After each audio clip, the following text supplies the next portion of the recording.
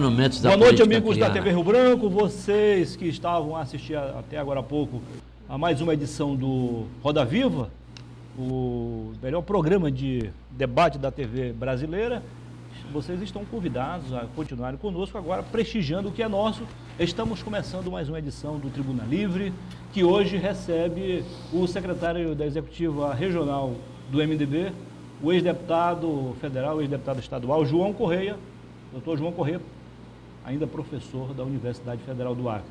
Nós vamos falar sobre vários assuntos aqui, sobre saúde, educação, economia e, claro, política. Afinal de contas, ele coordena o plano de governo que vai ser defendido em campanha pelo pré-candidato do partido à Prefeitura de Rio Branco, o ex-prefeito da capital, Marcos Alexandre, que trocou o PT pelo MDB e está na luta já. Como sempre, Osmir Lima e Narciso Mendes compõem aqui a bancada de entrevistadores, de debatedores. E você está convidado a continuar conosco nesta segunda-feira, começando a semana falando em política. Vamos ao intervalo comercial e voltaremos em instantes. Até já.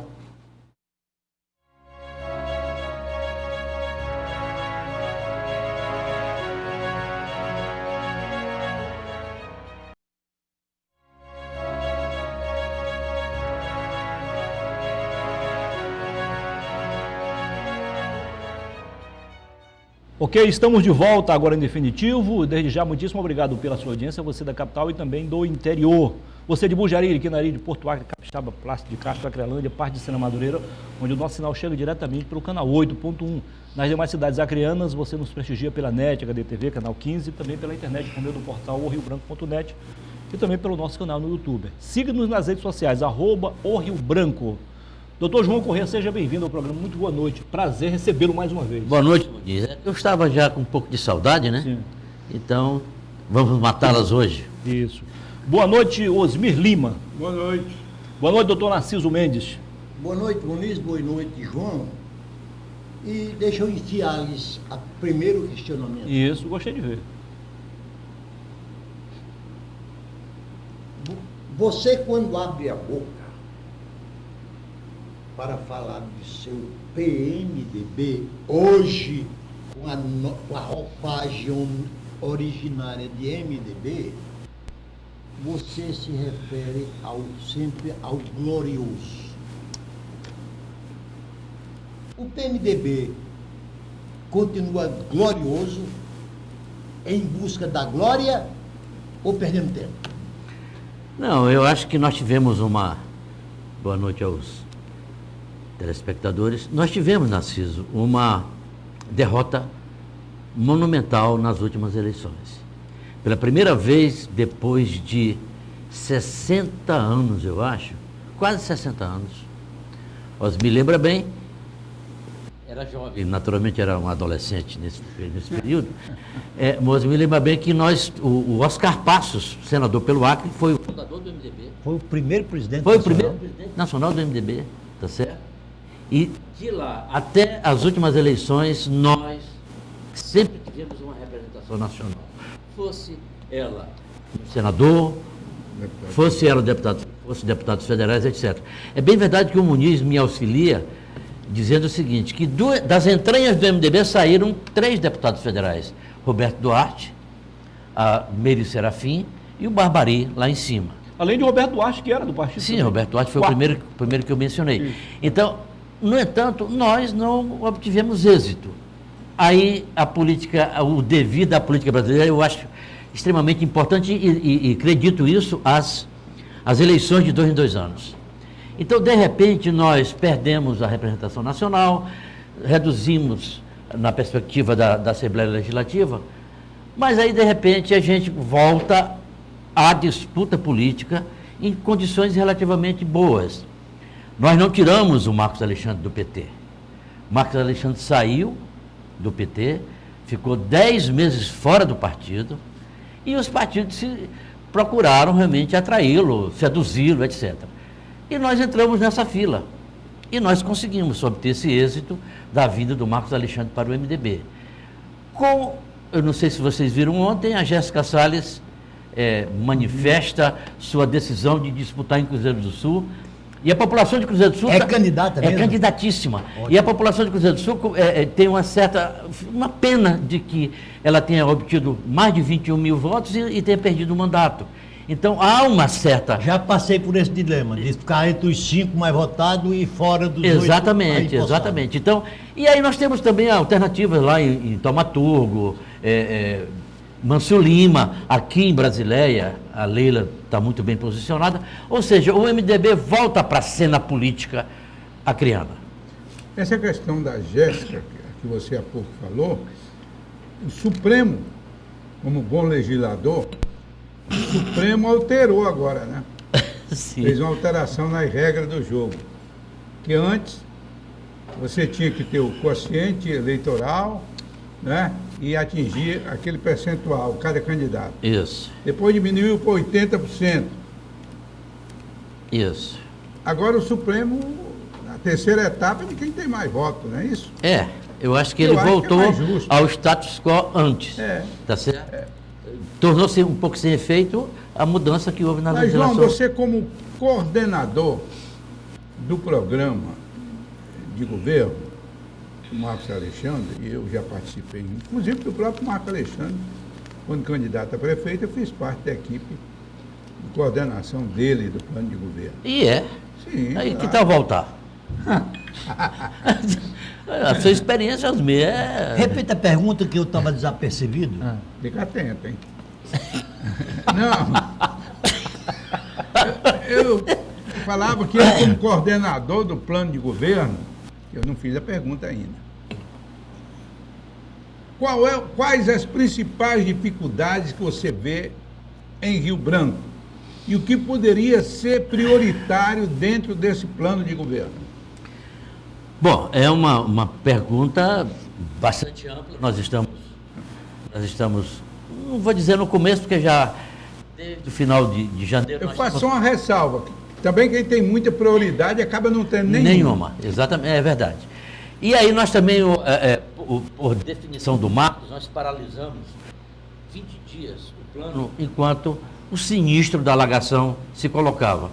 Houve uma ponderação, mas eu acho que dá para a gente fazer alguma coisa. A gente disse, não, vamos, agora o momento é da solidariedade, enfim. E nós retomamos a coisa de uma semana, que nós retomamos o plano depois da alagação. Osmir, é o seguinte, o plano que nós temos, assim, a noção mais geral é a seguinte: nós entendemos que é preciso, nós temos 3 eixos básicos nesse plano. Um é o que a gente chama de SOS Rio Branco. A emergência que nós temos que ter, tá certo? Nas ações, nos temas da municipalidade. Por exemplo, deixa eu lhe dar um exemplo. Nós ficamos 10 dias sem água em Rio Branco, por improviso. Não houve técnica, você que é engenheiro, não houve preocupação em saber que a bomba poderia virar, tá certo? Uma série de elementos. E aí, quando as águas baixaram, nós tivemos que amargar, digamos assim, 10 dias sem água. A dengue, nós nos tornamos a segunda capital mais violentada pela dengue. Rio Branco. Eu não vi passar aqueles mata-mosquito, aqueles elementos da fumaça, as pessoas batendo nas portas, nem propaganda, enfim. Então, eu estou falando em relação, por exemplo, à questão da saúde. A vacinação precaríssima. Houve uma redução drástica da vacinação. Tá certo? Mas vamos então para um setor que aparentemente não é tão relevante, digamos assim, politicamente, mas é altamente decisivo na vida. Vamos para a educação. Houve uma quebra de quase 3 mil vagas do acesso à educação infantil, que é a responsabilidade do município. E aí E a base de tudo. E a base de tudo. Aí nós vamos para a cultura, aí nós vamos, sabe, para a juventude, aí nós vamos para os esportes. Então, nós temos que ter o ato número 1 é uma emergência. Nós vamos fazer uma ação de emergência para recompor o funcionamento da cidade de Rio Branco. Aí vai para a limpeza pública, vai para uma série de outros elementos. O segundo plano é o plano que você deve ter participado, que é o plano da governança mesmo. É você pegar a saúde, a educação, a infraestrutura, todo esse conjunto de elementos e fazer as propostas realistas, É isso que eu ia perguntar. sensatas. Você não pode ser irresponsável, fantasioso, delirante, propondo coisas para tapear, para ludibriar a população. Mas o que não significa dizer que a gente não vá para o terceiro eixo, que é o eixo da ousadia. É o eixo da modernidade. Nós estamos vivendo uma revolução tecnológica espantosa, algo extraordinário, tá certo? Eu não sei se nós estamos no começo, no meio ou no fim dessa maravilha que é a revolução tecnológica, a revolução digital. Então nós temos que aproveitar, colocar esses elementos ao nosso favor, ao favor da ação, da entrega que a prefeitura tem que fazer em relação à população. Então, esses são os 3 elementos centrais. Agora, uma coisa assim, eu queria aproveitar a sua pergunta, desculpa, Narciso, é o seguinte, eu pessoalmente, como um velho professor, eu estou muito animado porque pela primeira vez, sinceramente, pela primeira vez eu vejo um potencial gestor que respeita, que valoriza e que tem na questão do planejamento algo essencial para evitar o improviso, para evitar a incapacidade de compreender. Então, eu acho animador ver e meticuloso, acompanha tudo em tempo real. É uma coisa extraordinariamente positiva essa visão do Marcos Alexandre. João, quando e Osmi, aqui presente, e logicamente testemunho do que eu vou dizer, nos tornamos deputados federais em 1986, oportunamente, na Constituinte, o PMDB, na época ainda se chamava PMDB. PMDB. O PMDB na época tinha 350 deputados federais. Sozinho faria a Constituição. Sozinho, sem 308, precisar se curvar para ninguém, fazia e escrevia a Constituição a seu modo. Mais ainda, o PMDB era comandado por um dos mais célebres políticos da história política desse Brasil, Ulisses Guimarães. Porque o PMDB, que aí sim teve a oportunidade de fazer renascer o Brasil velho da Primeira República, da Segunda, da Terceira, da República Gestorista, por que o PMDB não aproveitou aquela oportunidade? Ô Narciso, veja bem, eu acho que as circunstâncias da democracia, elas são muito específicas, e elas são muito normativas. Deixa eu lhe dar um exemplo. Ulisses Guimarães, você falou nesse ícone, né? Conduziu a Constituinte, legou uma Constituição extremamente avançada em vários aspectos, e outros nem tanto, tá certo? Que ela é uma Constituição parlamentarista, numa perspectiva presidencialista. Mas veja bem, o Ulisses Guimarães foi candidato à presidência da República e foi lá para a rabeira. 7º lugar. 7º lugar. Por quê? Porque ele sofreu todo o influxo, toda a pancadaria do MDB com o Sarney na presidência da República. 5 anos. Querendo 5 anos e também um processo inflacionário grotesco, monumental, que só veio a ser debelado lá com o FHC, tá certo? Lá com Itamar de Sá, olha Itamar só. Franco. Itamar Franco. Itamar de Sá, estou pensando em você, meu hoje querido amigo. prefeito. Com Itamar Franco, pois muito bem.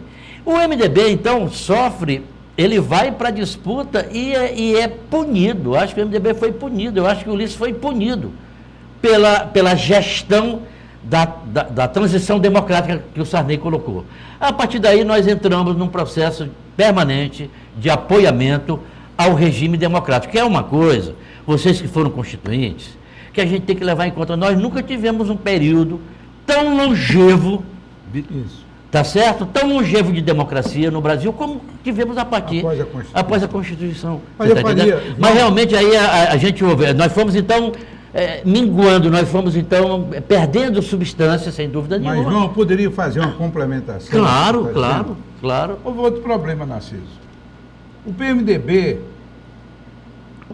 ele abrigou no seu seio Ah, também tem isso. toda a Boa. esquerda que era proibida de funcionar no regime militar.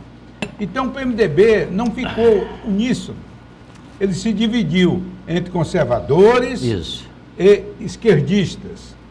Daí que o Mário Covas saiu do PMDB Não, para foi. fundar o PSDB, dizendo que não podia fazer parte de um partido que sequer cumpria seu estatuto, a questão da reforma agrária. Na época, quem mandava no MDB era a Quécia, né? Que foi o era. motivo.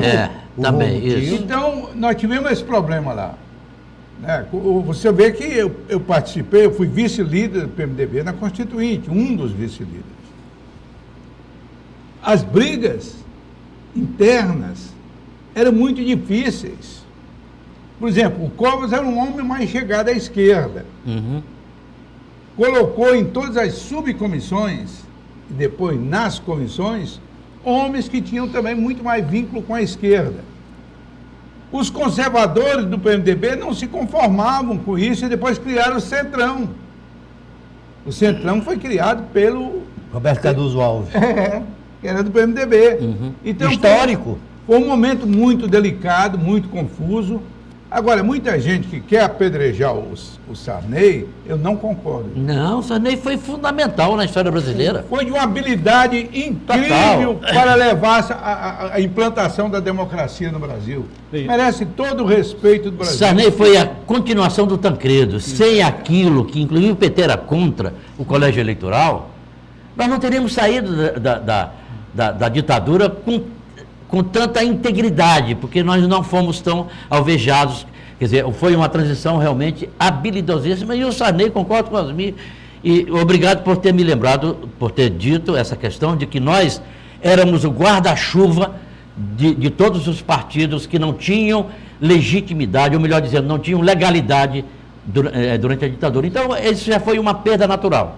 Então, ficamos, agora só, Osmir, que essa questão dos moderados e conservadores, dos moderados e autênticos, se ela permanece, eu acho ainda até hoje. Até hoje. Até hoje. E assim a gente encerra esse primeiro bloco, vai intervalo comercial, mas voltaremos já com o segundo bloco e você certamente vai continuar conosco. Até já.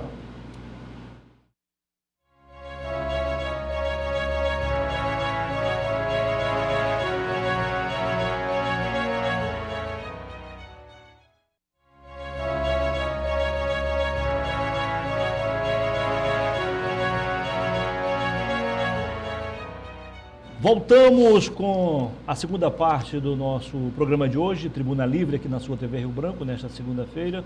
Mais uma vez, muitíssimo obrigado pela sua audiência. Hoje recebendo aqui o Dr. João Corrêa, professor universitário, secretário da Executiva Regional do MDB. Já está conosco também, claro, Daniel Cabral, o Dan, preparando aí a caricatura do deputado João Corrêa, do nosso convidado especial.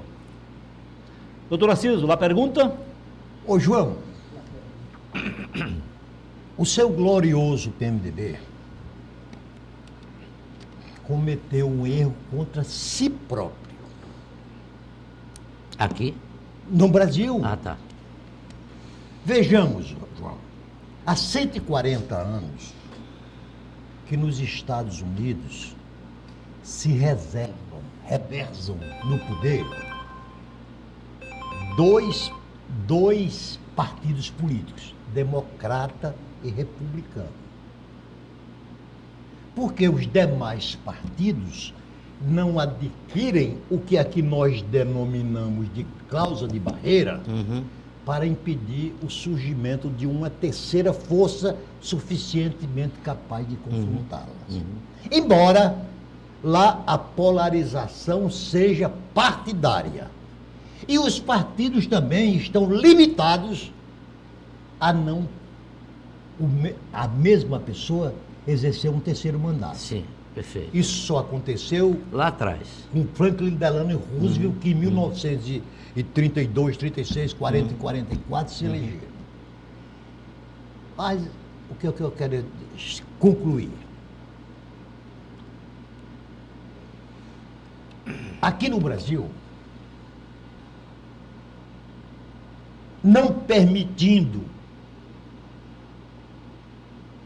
isto, permitiu o que lá nos Estados Unidos não permite, que o elemento tendo exercido um segundo mandato de presidente se torna inelegível para disputa de qualquer mandato. Aqui no Brasil, nós temos o caso do Lula, que foi 2 vezes, está sendo uma, e poderá ainda recorrer a um 4º mandato. Perfeito. Aí você diz, mas como isso acontece? Acontece porque lá nos Estados Unidos, os democratas não pensam igualmente. O Bernie Sanders, do Partido Democrata, é muito mais à esquerda do que o Boulos aqui no Brasil.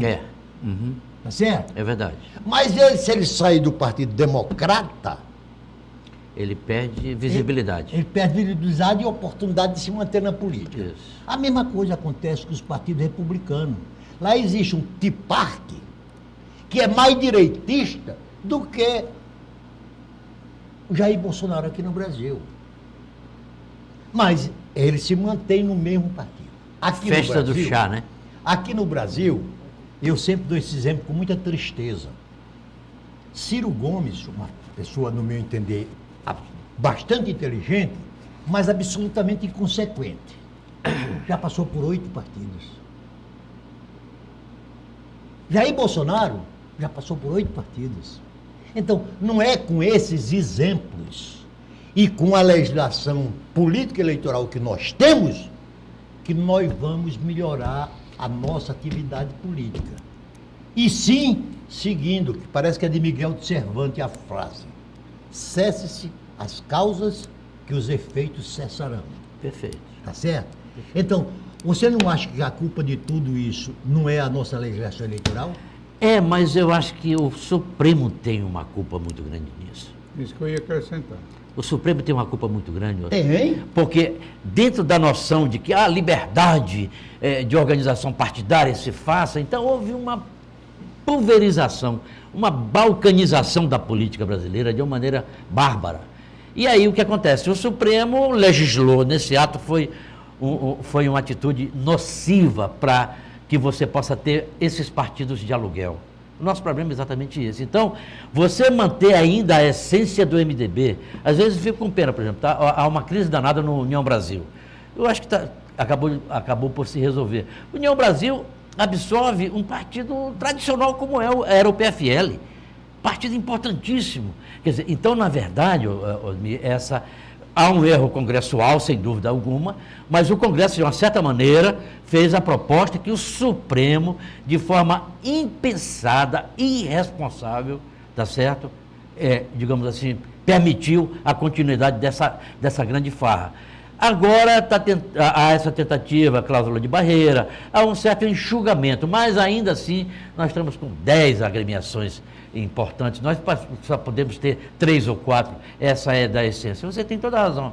Mas, tá certo? João, só por legislação péssima. telespectador entender melhor, onde você diz que o Supremo errou, e eu concordo plenamente, é porque o Congresso aprovou a cláusula de barreira em 5%. Isso. E eles lá derrubaram em nome de que tinha sido uma lei ordinária quando deveria ser uma lei complementar, coisa que questão técnica. Isso, filigrana. Agora, pior o Supremo está fazendo hoje. O Supremo tem aquela, não me lembro agora o autor, em que ele entra no nosso jardim, pisa nossas flores e não dizemos nada. Esse é um autor brasileiro, nem é o Mayakovsky. É um autor brasileiro, é No Caminho com Mayakovsky, uma poesia lindíssima. Pois é. Eles já entraram no jardim, pisaram na flor e o Senado está só olhando. E eles estão avançando. Agora mesmo estão assistindo aí, enquanto o Congresso Nacional discute a questão da droga. O Supremo também está discutindo a questão da droga, legislando, né? O que é um absurdo, alguém tem que deter isso. Mas nessa questão da droga, Osmir, eu acho que tem nuances importantes. Por exemplo, o Supremo está tentando aplicar a lei já existente. Só que ele está arbitrando, ele está tentando Mas com modificações. Sim, mas ele está tentando arbitrar o que é o usuário diferencial do traficante. Porque, na verdade, também há uma questão concreta. A maior parte dos presos provisórios do nosso sistema penitenciário são realmente pessoas confundidos com traficantes. E aí é um manancial para as facções criminosas. Há essa questão também ultra Sim, delicada mas que para o Congresso, por uma questão moralista, eu acho, isso não tem que ser pautado. Eu acho que tem que ser pautado, sim. Mas por que Tá certo? o Supremo não faz uma sugestão ao Congresso? Porque isso é um papel do Congresso. Sim, Não é sim. do Supremo. E tanto é que o Supremo deu uma recuada esperando a posição Exatamente. do Senado. E tá deveria certo? ele, Supremo, dar as ideias. Olha, Porque, nós veja, achamos Osmir, que é isso. Veja, nesse caso aí é uma questão realmente delicada, porque o Pacheco, que é um liberal, tá certo? Fez uma proposta de que quaisquer drogas pegas, sejam elas quais sejam, não existe, por exemplo, a diferenciação entre usuário e traficante, o que é um retrocesso, de uma certa maneira. Concordo também. É um retrocesso muito grande, porque você não pode deixar para a autoridade policial, tá certo? E nem tampouco para o próprio juiz fazer esse tipo de arbitramento. Isso tem que estar na legislação, de fato. Agora, nós temos que tratar essa questão com muita liberdade, realmente, com muito debate. É importante. Agora, aqui o Supremo não pode fazer isso. Digamos, a revelia do Senado, do Congresso, não pode. Não pode, exatamente. Ô, João, eu volto aqui a repetir o chamado dilema de Medeia. Talvez nesse programa eu já tenha falado dele umas 3 ou 4 vezes. 3 ou 4? Ou 40. 1.000. 40. Mas nunca é demais. Não, não é não. Quando Medeia se apaixonou pelo Jazão, que era um salafrário, um bandidão da corte, o pai chamou a Medeia e perguntou: minha filha, por que é que você se apaixona por um canalha como esse? Sabe qual foi a resposta dele? Papai, eu sei o que é certo, sei como fazer certo, mas quero fazer errado. Isso é histórico. Uhum. O que tem acontecido no nosso país, e aqui eu concordo plenamente, que o Supremo Tribunal Federal tem estado muito presente no debate político. O ministro Supremo é para decidir, não é para opinar. Uhum. Uhum. Exato. É para decidir. Aqui no Brasil, também. Isso se exacerbou no mensalão, né? Não, Narciso? Ali aquela publicidade, aquela coisa toda e tal. João, deixa eu só concluir meu raciocínio para eu ser breve. Desculpe. Esse negócio de programa de televisão para eles. Sim, pois é. Viu? Agora vamos também pôr a culpa Não, mas vamos dar uma ideia, vamos. da Medeia. Sim. Então nós, Eu quero fazer errado. A nossa política, a nossa atividade política, sabe o que deve ser feito para melhorar a segurança pública, sabe o que deve ser feito para melhorar a saúde pública. Enquanto os candidatos, eles dizem que sabem. Aí quando se elege, faz diferente, faz errado. Eu concordo nas críticas ao Supremo, eu acho que o Supremo está muito exposto e por isso ele pode pagar uma conta altíssima, porque quem mais se responsabiliza, mais será responsabilizado. Uhum. Vamos também botar uma culpa no nosso legislativo. E por que eu digo isso? Porque quando o Supremo ele é sempre acionado, embora ele seja prestimoso em aceitar o desafio, mas ele é um poder inerte. Sim. Ele Tem que precisa ser ser provocado, pressionado. isso. Porque você vê que o direito de greve no Brasil, uma coisa absolutamente necessário que seja definido, ainda não foi regulamentado. A tal da saidinha não foi regulamentada. Aí quando esses assuntos não são regulamentados, os interessados acionam o Supremo, Isso. aí o Supremo é obrigado a falar. Obrigado a falar, exatamente. Mas Narciso está vendo um problema pior do que isso. Pior do que isso, mais grave, não entender. Esses partidecos, notadamente os de esquerda, tipo PSOL, essas porcarias, né? Eu não tenho outra expressão para dar. Isso, são partido radicais. político, Osmir. São radicais de extrema esquerda. Não gosto de nenhum extremismo, nem de direita nem de esquerda. Eles perdem qualquer ação no Congresso Saem correndo. pelo voto do representante e Paulo, recorre ao os de Supremo. direita também fazem a E mesma encontra o coisa que guarida. quer. Não, mas não tanto quanto a esquerda, que é isso. Simão, o deputado João Corrêa está doido para responder a pergunta de vocês. Cadê a pergunta? Não, veja, a questão, o Narciso colocou Eu uma fiz questão, perguntas. uma questão delicada, a questão da segurança pública. Isso é um tema que tem que ser, pegar esse boi pelo chifre. Isso é um tema da mais alta... E nem é de direita nem de esquerda. Não, isso é um deveria ser. tema da população, do sofrimento da população brasileira. Nós temos a grande infelicidade, nesse aspecto da infelicidade, de sermos fronteira com os principais produtores de cocaína do mundo. O Brasil não produz cocaína, o Brasil não produz maconha, mas o Brasil é o principal trajeto, tá certo, de vinculação do mercado americano, do mercado europeu, etc. Pela Constituição, quem resolve o problema da segurança pública são os governos dos estados. Aí eu pergunto a você, Narciso, a polícia militar dos estados, as polícias são capazes de controlar, de eliminar, porque é o seguinte, o crime organizado, as facções, elas são territorializadas, há áreas em que elas são juiz, executor, julgador, e que elas não permitem que as pessoas adentrem. Então, essa é uma questão de altíssima gravidade. Acho que você pode até questionar muito o Dino, que foi para o Supremo.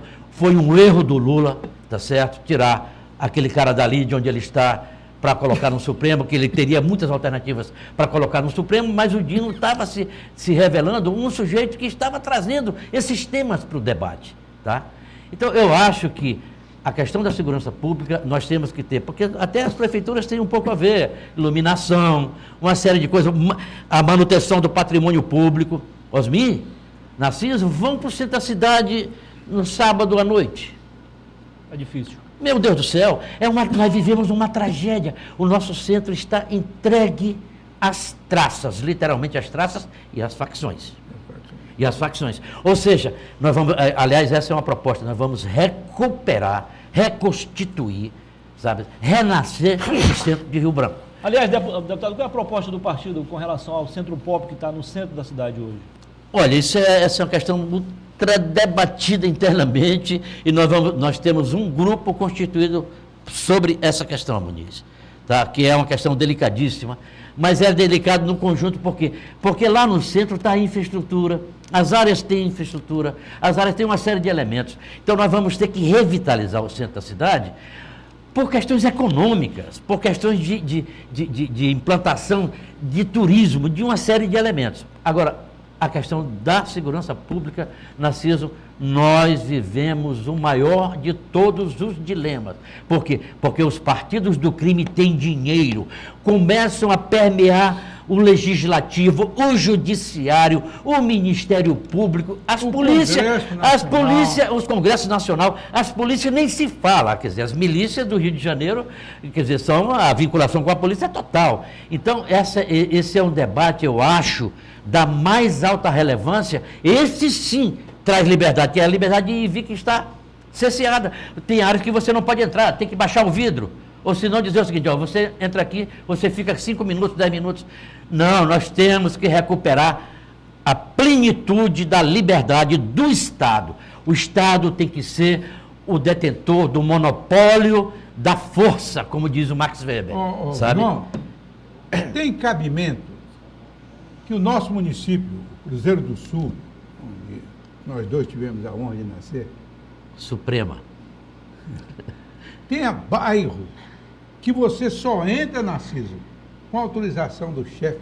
Eles organizaram. Essa- Era coisa organizada. Essa é a questão. Nada de Olha, bagunçado. Essa é a questão. O meu bisneto, de 16 anos, quero só dar um aviso para você. Eu não sou velho, porque a minha família toda é precoce. Entendeu? É. Esses cabelos brancos vêm de onde? Não, isso aí é genética. Questão genética de família. Né? Bem, ele foi agora a Portugal. 16 anos.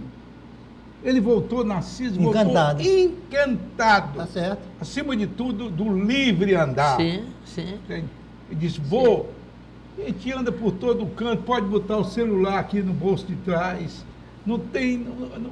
além da civilização. Qualidade de vida. Qualidade de vida. Qualidade de vida. Qualidade. E ainda perguntou, só não teria condição de morar lá?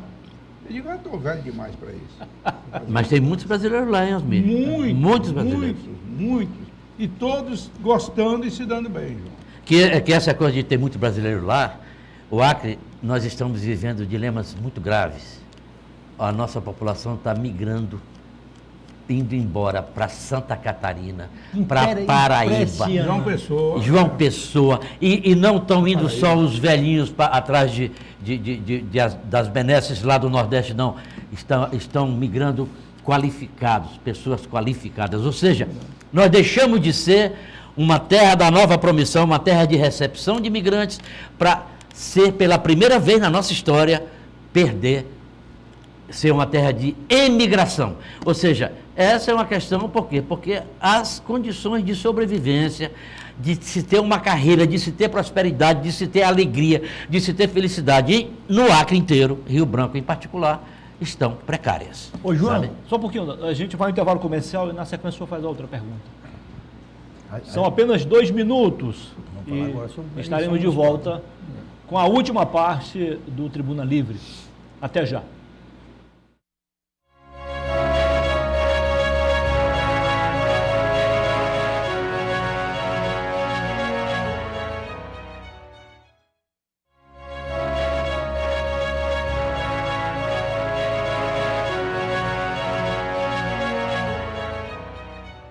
Voltamos com a terceira e última parte do Tribuna Livre, aqui na sua TV Rio Branco. Mais uma vez, muitíssimo obrigado pela sua audiência, você da capital e também do interior. Só um detalhe aqui para deixar o nosso telespectador ainda mais bem informado, antes da pergunta do doutor Narciso.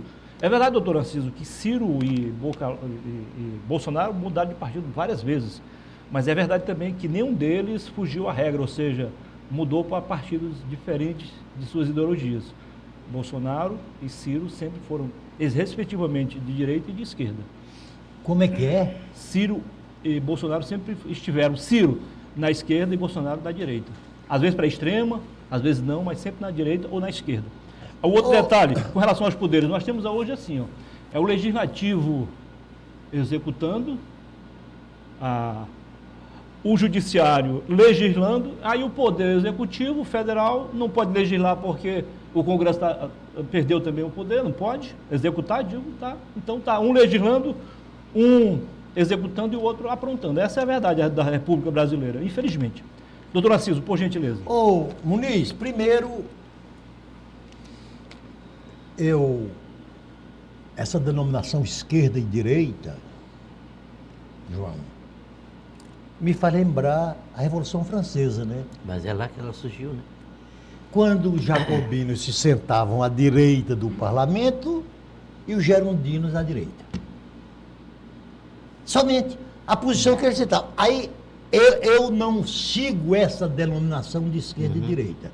Eu acho que a política deve ser feita na base do certo e do errado. Você tem notáveis propostas advindo da chamada direita que eu admiro. E tem algumas da notável esquerda que eu também admiro. Então você está seguindo a direita e a esquerda. Hein? É porque a virtude está no centro. Sim, Aristóteles dizia isso já. E não no centrão, não no centrão, né? Ei. Não no centrão. No centrão, se a Argentina tivesse centrão, o Milei estava melhor. Muniz, O centrão tem a parte boa o também, centrão, sabe falar sobre o centrão, eu e o Osmir Lima, que estávamos no ambiente em que essa expressão foi criada, né, Osmir? Foi. Mas não fazendo parte do Centrão. Sim, mas o Centrão é uma, Então- é uma coisa que tem que ser Então, melhor João, avaliada, porque eu acho- Então, ele João, acaba sendo um importante garantidor do processo democrático. Eu volto, Sabe? Acaba sendo. volto aqui. Sim, mas você estava falando do esquerda e direita. Me Mas permite nós lhe dar uma temos que me permite lhe dar uma sugestão a um dos maiores leitores que o Acre tem. O Norberto Bobbio tem um livrinho desse tamanhozinho, uma brochurazinha, esquerda-direita. É. Vai lá, dê uma lida lá que você Eu lê. já li. Ah, você já leu, Já né? li. Já leu. Ele Não, coloca a questão da tanto que liberdade. é tanto que, apenas para mostrar que eu sou um leitor, leitor, e não falo pelos cotovelos, há uma passagem em que Madame Roland, quando ia a caminho da guilhotina, ao passar na frente de uma estátua que representava a tal liberdade Aham. que hoje estão querendo exagerar, Aham. porque liberdade tem limite, Aham, tudo ela tem limite. olhou para Robespierre e disse: aguarde que nossas cabeças vão se encontrar no mesmo cesto. Mas, Perfeito. Narciso, vamos entrar aqui na questão da eleição Então, municipal. falando nas eleições municipais, eu até diria que Rio Branco não tem sido infeliz com prefeitos, não. Se você fizer uma análise do Angelim, se eu fizer uma análise do Marcos Alexandre, se fizer uma análise do Jorge Viana, do Bocalon hoje, eles não têm sido decepcionantes, não.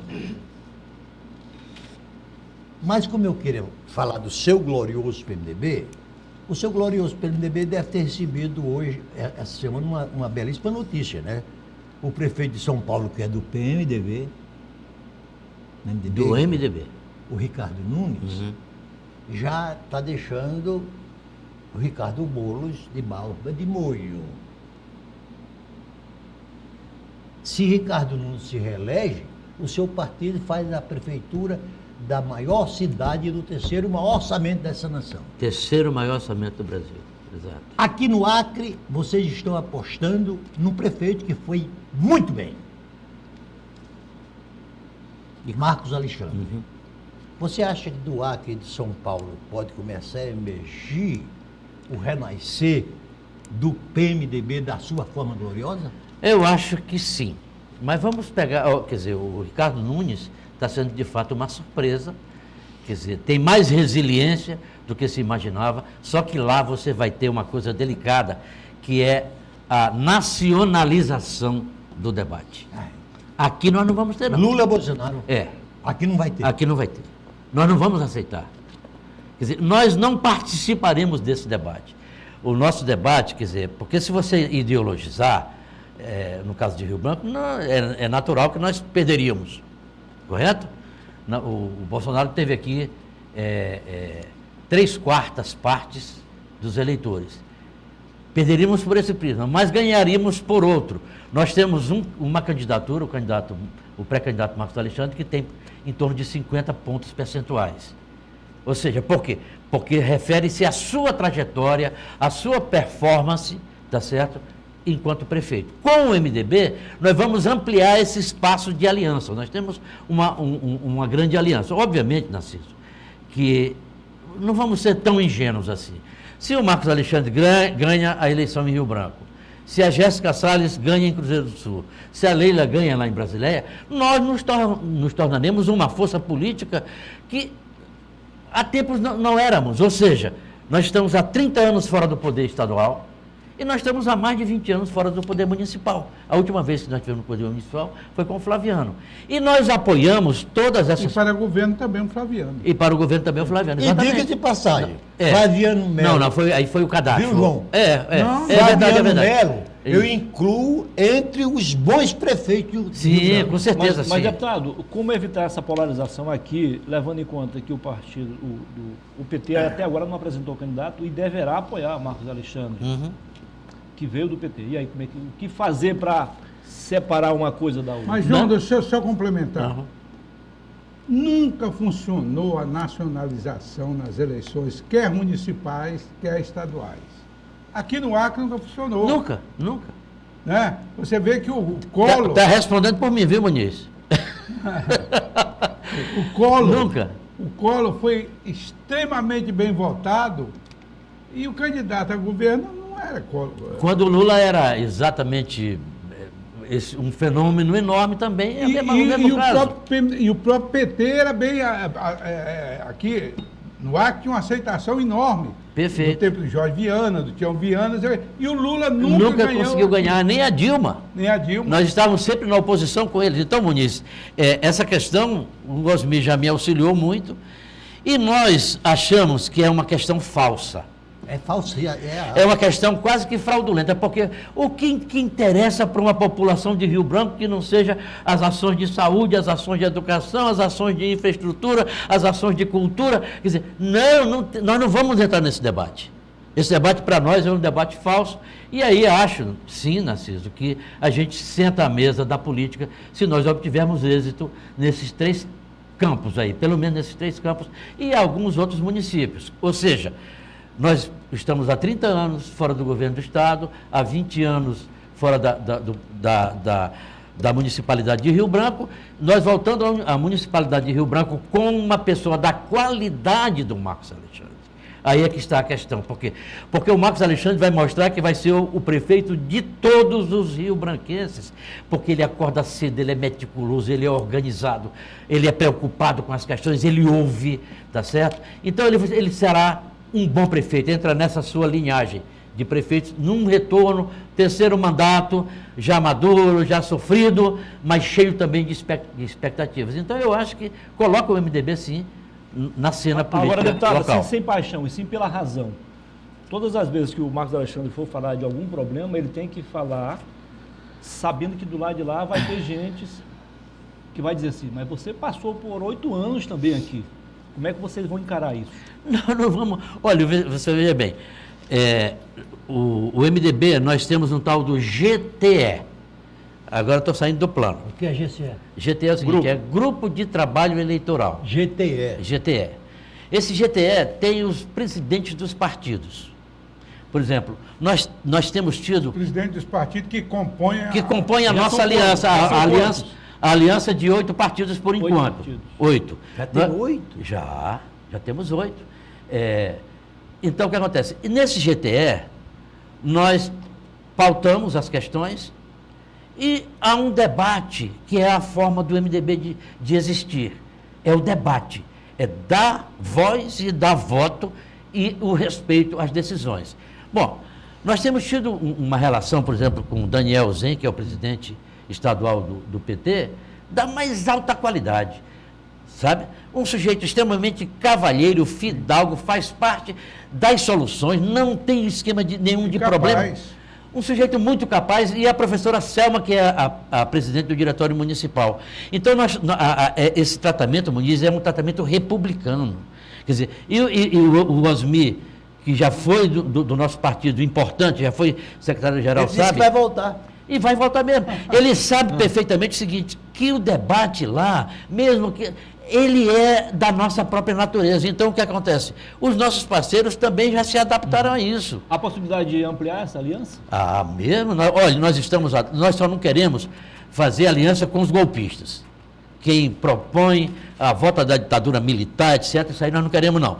Mas toda a direita, nós estamos namorando com a direita, Muniz, aqui, desde que o Marcos veio como uma perspectiva de candidatura, que nós já conversamos... Mas o PT aqui já chamou vocês de MDB de golpistas também. Sim, meu amigo, é o seguinte, se você imaginasse uma questão do Temer, né? Sim. Exato, não tem tempo não. Se você for olhar pelo retrovisor, você não se junta com ninguém. A política é um permanente devir. Então, você veja bem, o pessoal da esquerda, vamos chamar assim, o pessoal da esquerda, tem o direito de querer sobreviver, rapaz. Eu acho assim. Eu penso assim. Tem o direito democrático de querer sobreviver. E se essa sobrevivência possa contar com a nossa parte, o nosso comando, é isso que eu queria que você compreendesse. O MDB está no comando deste processo. E o Marcos está muito agradável com isso, porque ele é o principal comandante. Quando o Marcos veio para o MDB, o Flaviano Melo, nosso presidente, disse, olha, Marcos, está aqui o presidente municipal, mas é o seguinte, assuma o comando do partido. O partido está sob a sua direção. E isso tem sido feito, Muniz. O Jorge Viana disse há algum tempo disse o seguinte: o Marcos Alexandre precisava encontrar um partido. Claro que ele, sendo eleito, e será, muito provavelmente, ele disse, aí ele vai chamar todo mundo de novo. Como é que vocês encaram essa declaração dele? Eu acho que o Jorge pode dizer o que ele quiser, mas é o seguinte, nós estamos doidinhos para ver se a gente faz uma aliança com o governo do Estado. Né? Todo dia. De manhã, de tarde, de noite e tal e tal. Está junto. A mesa cabe todo mundo. Agora, dentro do debate, e dentro de uma linhagem democrática, há 2 anos, republicana. Há 2 anos o MDB disparou também contra o governador. E como é que fica isso? Não. Disparou muito tiroteio. Sim, mas isso faz parte do processo. O MDB... Você esquece tudo, então? Não é questão de esquecer, é questão da conveniência da realidade. Do momento. Do momento, é o que eu chamo, sabe? Mas eles não podem dizer assim, vocês estão no debate? As condições objetivas, você imaginar... Eles podem dizer. Eu vou pegar aqui um exemplo. Você bota crédito quando o Bolsonaro disse que eu quero dizer para a população brasileira que eu vou votar no Lula, que eu vou apoiar o Lula. Você vai levar isso em conta? Não, Muniz. Por quê? Porque a realidade ela é o que ela é, não é como nós a desejamos, como ensina o Maquiavel, sabe? Então o que acontece? Os momentos são esses. O Narciso pergunta, se você ganhar aqui, ganhar lá e tal, o MDB volta para a mesa do debate político. E outra coisa, João, sabe? Em política, isso em qualquer lugar do mundo, os adversários de ontem podem ser os aliados Essa aliança já de teve hoje. mais longe? Hã? Essa aliança já teve mais longe? Essa possível aliança? Você permite-me eu concluir o que eu ia dizer? Pode. Os adversários de ontem podem ser os aliados de hoje. Isso faz parte Da política, natureza da da democracia. democracia. Isso não É. existe. Ô, Já teve João, uma- uma perguntinha aqui. É difícil responder, mas você pode Abarque. prospectar. Três são as possibilidades da candidatura do Marcos Alexandre. Primeiro, ele ganhar no primeiro turno. Uma possibilidade dificílima. Sim. Segundo, de ir para o segundo turno. Essa para nós é mais concreta. É a mais concreta, É. né? E indo para o segundo turno, nós temos 3 candidatos aí com musculatura. Com carne, não sei com musculatura. Diogo Golô, Marcos Alexandre e Alice Bistelo. E indo para o segundo turno, vocês preveem que ele se dará com Marcos Alexandre contra quem? Olha, nós temos, só para completar a tua pergunta, olha a presunção, né? Não. O Jarud eu não subestimo. Subestima, não? Não. Não, eu também não estou... Tá? O Jarud, ele tem lá os seus espaços, ele já foi muito ligado a nós e tal, mas nós entendemos que nas condições de hoje, nas condições atuais, não vamos ser hipócritas. O confronto vai se dar com o Bocalhau, Marcos Alexandre Bocalhau, tá certo? Nas condições de hoje. De hoje. Tá, por quê? Ótimo. Porque nós não sabemos ainda se o Alisson é de fato candidato. Houve uma série de elementos e tal. Então, as coisas vão se definindo e a população começa a escolher, Osmir. Mas por que o senhor acha que ele não será candidato? Não estou dizendo que eu não acho isso, não. Eu acho até que ele é candidato. Mas é o seguinte, há toda uma dúvida semeada em torno disso. Então isso quer dizer que vocês vão continuar namorando com o governador. Mas, minha Nossa Senhora, mas direto. E assim, Direto. estamos chegando Sabe? ao final do programa. Doutor Narciso, suas considerações finais, por gentileza. Não, eu quero dizer, João, que sempre que você vem aqui, você traz luzes Mas olha, para O o debate debate. político. Você traz. obrigado. Só que esse mesmo espaço que nós estamos dando para você, nós daremos partidário das outras candidaturas. Perfeitamente. Até porque, Show de bola. no Brasil, os veículos de comunicação também têm pecado muito no melhoramento da nossa democracia. Até porque eles, naturalmente, optam por excesso ou por aquele candidato. Isso. E mais venenosa ainda tem sido as nossas redes sociais. Porque ali nós só encontramos opinião de fanáticos. Então, é com isso eu lhe agradeço a sua presença novamente aqui. Poxa, Narciso. Osmir Lima. Não, é sempre um prazer conversar com o João. Primeiro, pela sua competência. Segundo, pela sua experiência. O João não é tão novinho assim, não. É só a carinha. Eu sou caboclo, cara. Eu sou mestiço aí. Ele pode ter idade, mas tem boa aparência ainda, O tranquilo. João tá veio jovem. antes do governo Nabor. Sim, Ele já participava de foi. política. Osmi me indicou para ser presidente do Banac, diretor do Banac. É. Foi mesmo? Foi. Ele não quis. Foi, o Osmi me convidou. Você tava Eu fazendo tenho curso, esse né? débito com esse homem. Sabe? Você estava fazendo um curso. Era. Aí eu fui fazer o curso. Aí eu não Acho pude. que mestrado, Exato, alguma era. coisa assim. Mestrado. Né? Aí, infelizmente, não deu, porque desde aquela época Foi. eu já o considerava um homem preparado. Legal. Um prazer revê-lo. Foi um prazer recebê-lo também aqui, deputado João Correia. Quem foi sempre será, então vou tratá-lo como deputado, não tem problema não. Sem menosprezar as suas outras entrevistas aqui, hoje o senhor foi, na minha opinião, muito mais claro, muito objetivo, e por isso que, como o Narciso disse, o senhor engrandeceu ainda mais o debate hoje e o programa. Muito obrigado. Obrigado, eu digo a vocês, eu sinto falta disso. Ô, Narciso, você disse uma coisa importante, chame os demais elementos, porque é preciso que nós esclareçamos a população, o máximo possível, quais são as ideias, quais são as propostas, quais são as formas, na verdade. Porque tem algumas propostas que a gente vai colocar assim como a cereja do bolo, que você não pode chegar e dizer, tá certo?